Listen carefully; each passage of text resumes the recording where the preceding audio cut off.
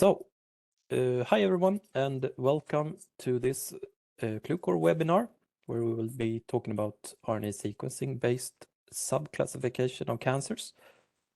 And the title of the webinar is Introduction to Qlucore Insights and its new lung cancer classification model. So what I will do today is to first tell a little bit about what Qlucore is and what we do. And then I will get into some features of our lung cancer model. And last but not least, we will have a look at our tool in action with a live demo. And it is okay to ask questions throughout the session, and please do so in the chat. I will try to keep track of it and also address them when there is time for that, so to speak. So let's go. So Qlucore is a software company, and our visualization-based bioinformatic tools are called Qlucore Omics Explorer. And it has been of great service to scientists around the world for over 15 years. And it is demonstrated by that it's part of well over 1,000 publications.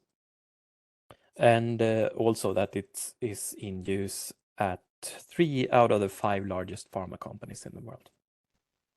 Our global presence is shown in the map to the right, where the green countries indicate where our software is utilized. So although a bit scattered, I think it qualifies as global presence.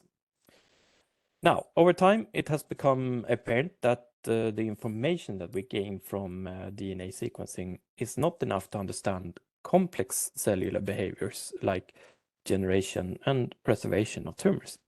And building on our knowledge and experience from multiomics analysis, we, together with experts in the field of different types of cancer, looked into the possibility to find more from RNA sequencing data.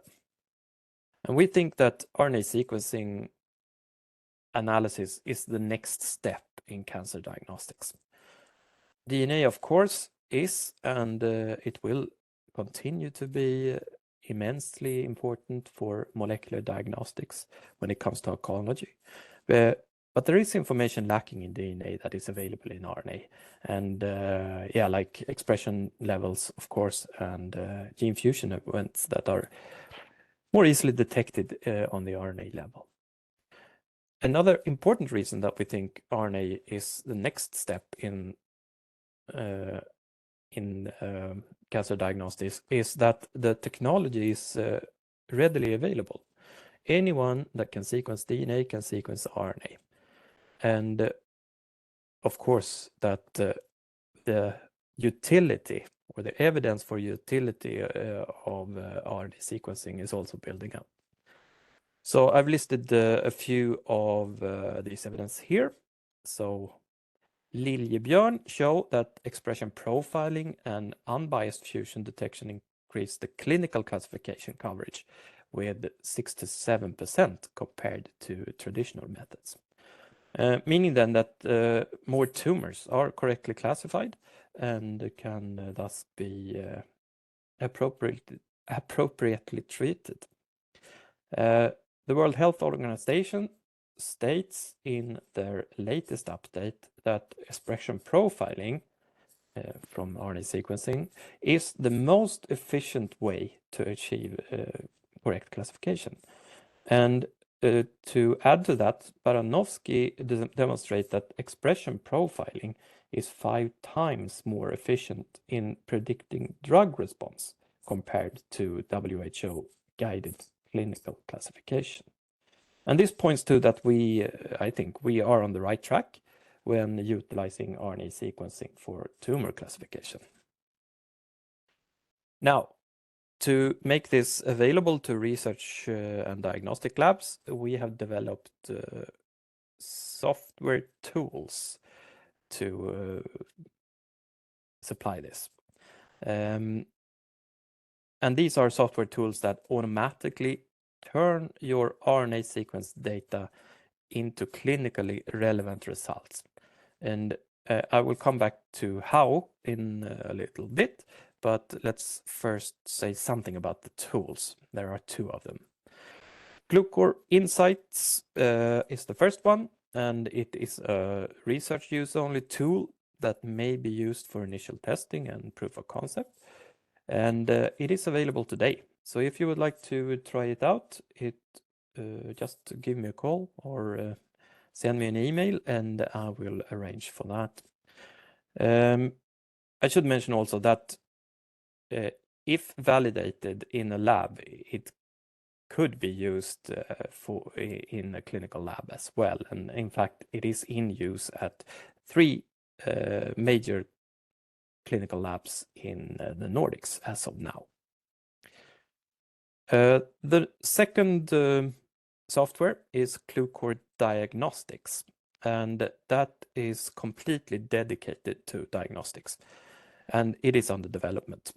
The project has come a long way, and once it is completed, it will comply with the new IVDR regulations, or IVD regulations, I should say.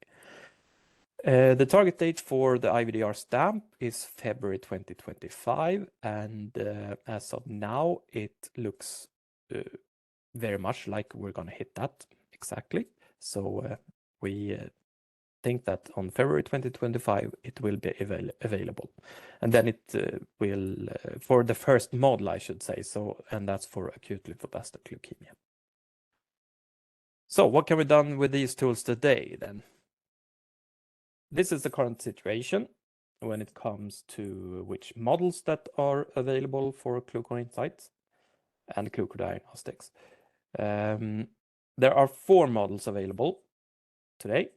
The BCP, acute lymphoblastic leukemia, the acute myeloid leukemia, bladder cancer, and non-small cell lung cancer. And on top of that, there is a breast cancer model that is under development, and in an early stage also a model for cardiovascular disease. So there is a lot available now, but there is also plenty more to come. So and that includes both new models and also new generations of existing models. So added features to the models that we have today. An important point to make here is that even though the models are updated, there is no need to change the wet lab. That will always remain the same. And that makes our tools future-proof, in lack of a better phrase. The point with that is that new discoveries will be made, of course, and changes will be done to guidelines. But thanks to our broad approach with whole transcriptome sequencing, our ability to adapt our models, very little will have to change in the lab. So the same process can be used. The only difference will be in the software. And that, of course, is relatively easy to change compared to workflows in the lab. So how does it work? This is a cartoon describing the path from a patient to a report. So first, the sample is retrieved from the patient. The next step is that a lab prepare RNA from the sample and sequence that. So the raw data from the sequencer is analyzed bioinformatically to generate files that then are fed into Qlucore Insights. And after that, the analysis is started and the classification and presentation of fusions detected in the sample are performed automatically. Now, if we have a little more detailed look at the workflow, I've added some information here. And then we can see that on the left, tissue sample is collected from the patient, and it might be depending on the test and on the model. It can be from bone marrow, peripheral blood, FFP, or fresh frozen tissue. Anyways, the sample is collected and total RNA is extracted from it. And after quality control of the total RNA, a library prep from Illumina is used to produce the library to be sequenced. There are 2 library prep kits from Illumina that has been tested, and those are Illumina TrueSeq stranded mRNA and Illumina TrueSeq RNA library preparation kit 2. And these kits contain the materials to convert mRNA into cDNA, and after that the protocols are very similar to a normal DNA library prep. And that's why I made the remark earlier that anyone that can sequence DNA can also sequence RNA, because the process is actually very simple after the initial conversion to RNA. To DNA, sorry. Now, once the library has been prepared, it is used for setting up sequencing reactions, and then it's loaded to the sequencer. And the most suitable ones, or the best tested, I should say, are the NextSeq and the NovaSeq sequencers from Illumina. It is most likely possible also to run on a MySeq, but it might be that it has a little bit too low capacity. You will only be able to run one or very few samples at a time. Anyways, once the finishing run is done, the raw data from the sequencing is fed into a pipeline in a bioinformatics software pipeline. So we use STAR for expression profiling, and we use STAR Fusion, Fusion Catcher, and Ariba for detection of fusion. And the setup of these tools are specified in a document that is available for all the Qlucore Insights models. And what we get out from the different software is aligned BAM files from STAR, and we also get fusion files from the 3 fusion callers. And apart from that, we also need a text file with information that makes it possible to identify the sample. But once we have all these files, we feed them into Qlucore Insights, we push run, and a few minutes later we will have a result in the form of a report that specifies how the sample is classified, and of course what fusions that has been detected. And that's it, that's the whole process. So let's have a look at the lung model then. I do not think I have to tell you about lung cancer, and I will just mention some things about it. It is, of course, the major killer among all cancer. It is relatively hard to treat, but there has been good progress made in the treatment the past decades, and precision medicine is expected to play a major role, and to some extent already does. And that, in a sense, is where Qlucore comes in. And this is what our lung model does. The slide may look a bit complicated, but I will walk you through it, and it describes very well what the model do. So on top is the lung biopsy, and the first step for the classifier is to determine if it is malignant or not. If it turns out to be malignant, it determines if the tumor has its origin in the lung, and in that case, if it's an adenocarcinoma or a squamous cell carcinoma. If the lesion is found to be a metastasis from another tissue, the model will let us know if it originates from breast, colon, or kidney. So, and these are the capabilities of the model today. And as is hinted to already here, is that there will be new features added, so more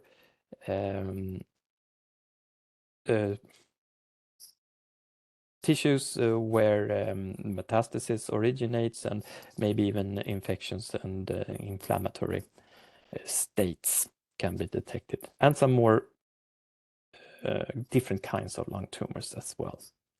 And I should also point out that the classifier does not work in a stepwise manner as I described it here. It just classifies everything directly. So the stepwise manner here is just a way to explain or to make it understandable what it does.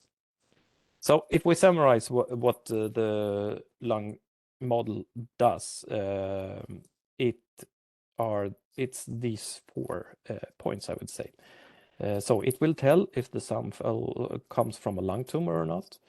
If it is a lung tumor, it will distinguish between adenocarcinoma and squamous cell carcinomas. If it's not a lung tumor, but a metastasis from another tissue, it will tell what the tissue of origin is, and if it is from breast, kidney, or colon. And last but not least, it will tell if there are any relevant gene fusions in the sample. And all of this is done in just one test, and you don't have to be a master bioinformatician. You just have to set the pipeline up, and after that, it's easy sailing. So this is a screenshot of the software, but I have promised a demo, so let's get to that.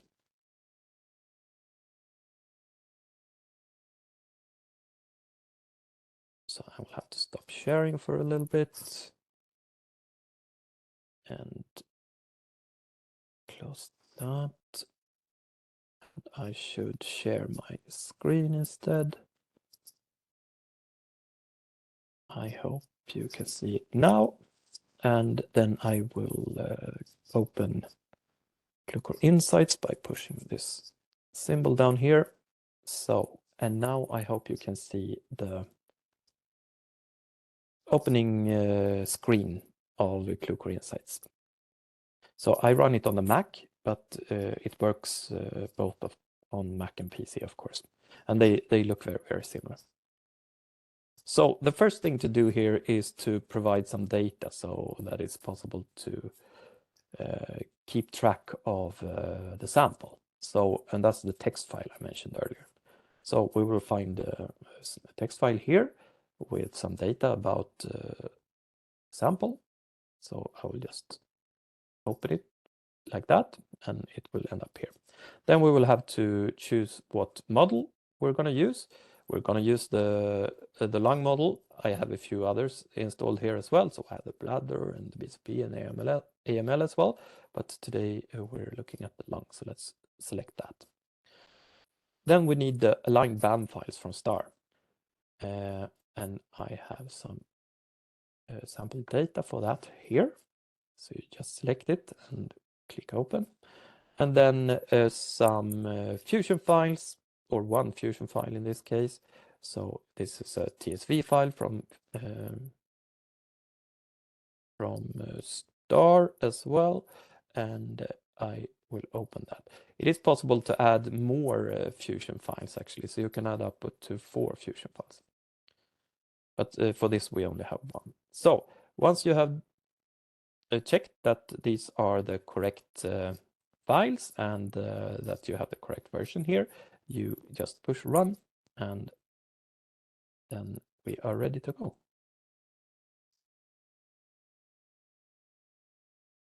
So now this will take a few minutes, and then it will be presented, or the results will be presented. I can say in the meantime that we have a detailed description on how to set up the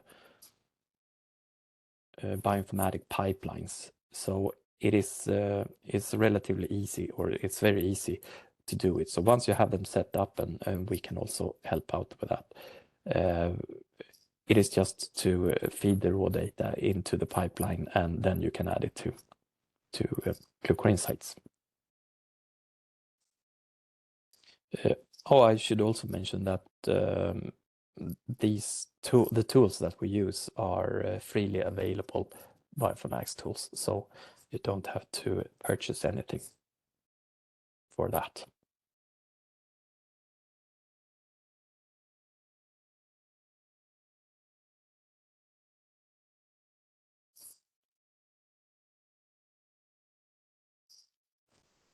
And now it's getting close already.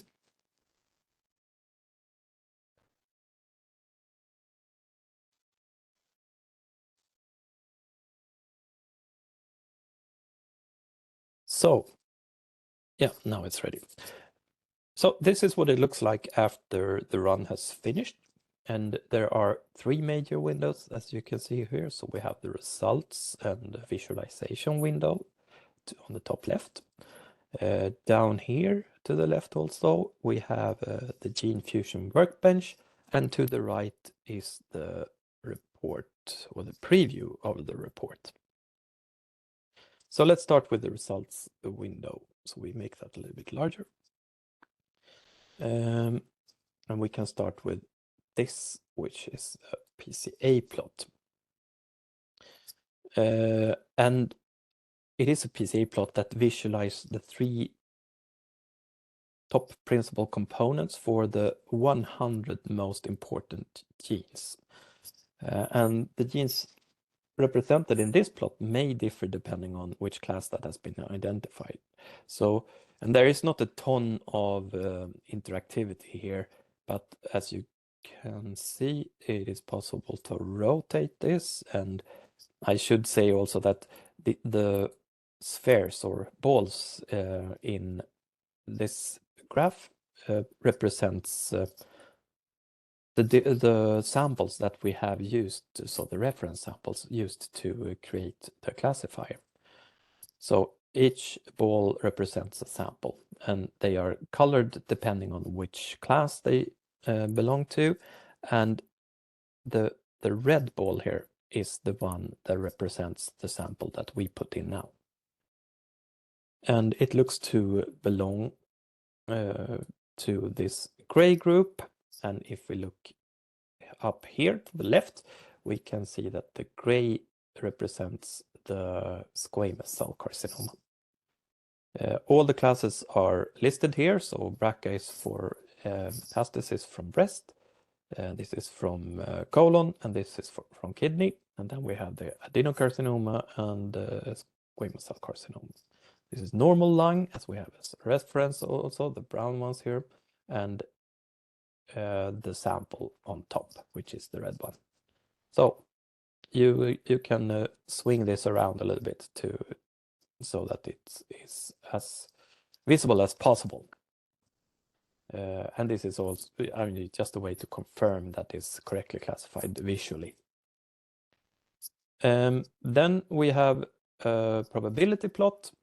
Tells us something about how confident we are in that this is a correct classification, and in this case it is almost 100%, and this is what we expect. And here we have a fusion window, and we will get back to that. So let's make this a little bit smaller now and then go to the fusion workbench. There is more interactivity in this part. So there are several filtering options, and by default, the Mittelmann and the Tumor Fusions databases are selected, and that's why we see three or three fusions here. If you are not familiar with the Mittelmann, it is a resource that collects information about chromosomal aberrations and translocations that are associated with cancer. So if there is anything associated to cancer published about something that we have found, it will end up here. If we take away these selections, there will be a longer list, and then all detected fusions are included. But most likely then they are not relevant because they haven't been described as being part of or relevant to tumors. But on the other hand, we can find new things and so on. It is possible to apply a blacklist. So if there is a known false positive that always pop up when you do this specific test, you can list it to the blacklist, and it will not appear in the list here. Then you can do other types of filtering. You can say that does it include a frame shift? Is it inter or intrachromosomal? and how many reads that you have over the breakpoints and over the spanning fragments. But let's get back to this where you can only see the 3.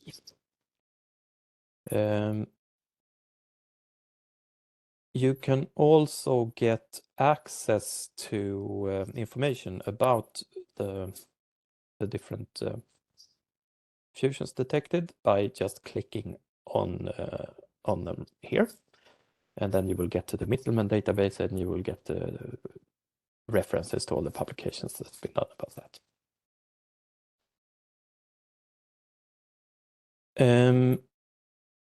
But if we double click on one of the fusions here, something will happen up here. So then in the Gene Fusion window here, we will see that the one that we selected, the fusion we selected, is now represented in this window. And it tells us where it is located. So on the chromosome, so it's chromosome 12, where on the chromosome, which gene, which is ETV6 in this case, and then also the amino acid sequence and the base pair sequence. We will also see if there is if it's generating a fusion protein, and it does. In this case, it's a fusion between ETV6 and RUNX1, and you can see the amino acid sequence of that. This is not the frame shift, so it will actually produce a fusion protein that is not truncated, but that is also, of course, a possibility. And if I remember correctly, this one is producing just that. So there is a frame shift, and that means that you have a stop codon after just a few amino acids, so it's going to be a truncated protein. So this kind of detailed information you can get about the fusions. An interesting, or I should say popular feature is that if you push NGS up here, you will get the sequence around the breakpoint. So this makes it very easy to design primers that you can use for verification, or even for designing primers to minimal residual disease monitoring afterwards. And all of these graphs will also be found in the report. And the report is over here, or a preview of it at least. And we will just have a quick look at it and see what it contains. So, of course, it states what kind of analysis that has been done. This is information about the sample, in this case, a fictive patient. We will have the analysis results and representation of the PCA plot. Remember that it is quite hard to see here where the red one is located, or to which one it is located. So, but we made it clearer here by rotating it a little bit, and if we press update here, the report will be updated to show the graphs exactly as they are in that moment. So now when we go down to this PCA plot, we can see it much more clearly that it is closest to these gray dots, balls, I should say, and classified as squamous cell carcinoma. Then we have some quality metrics so that you will know that you can trust the results. We have the probability plot again, and a larger version of the PCA plot. A detailed description of the analysis, and in the end here we also have all detected fusions listed. I think I forgot to mention that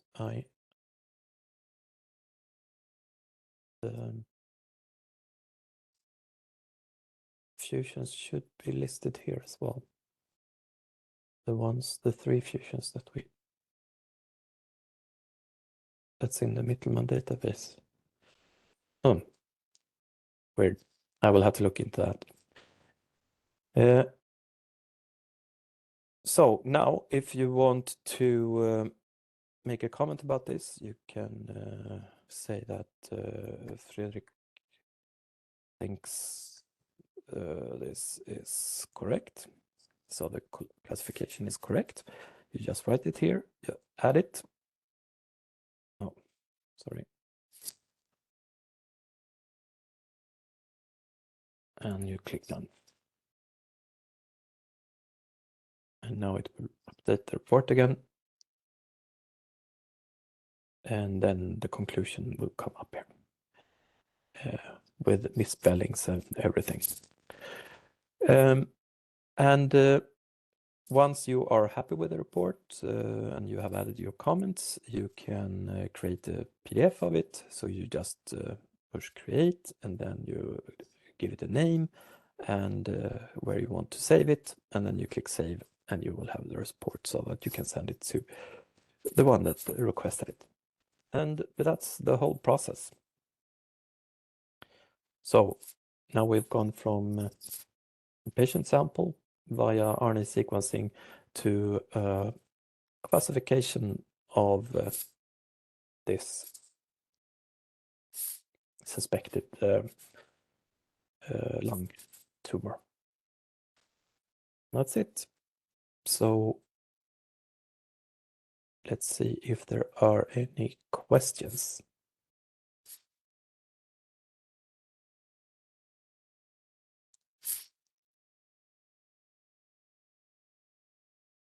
It doesn't look like it, so everything is crystal clear, which is good. So if you have questions that you don't want to state here, you can just send them to me, and you're always welcome to drop me a mail or give me a call, and we can talk in more detail what you can do with this. Or if you want to try it out, of course, we will arrange for that as well. So thank you very much, and I hope to hear from you, and take care. Bye.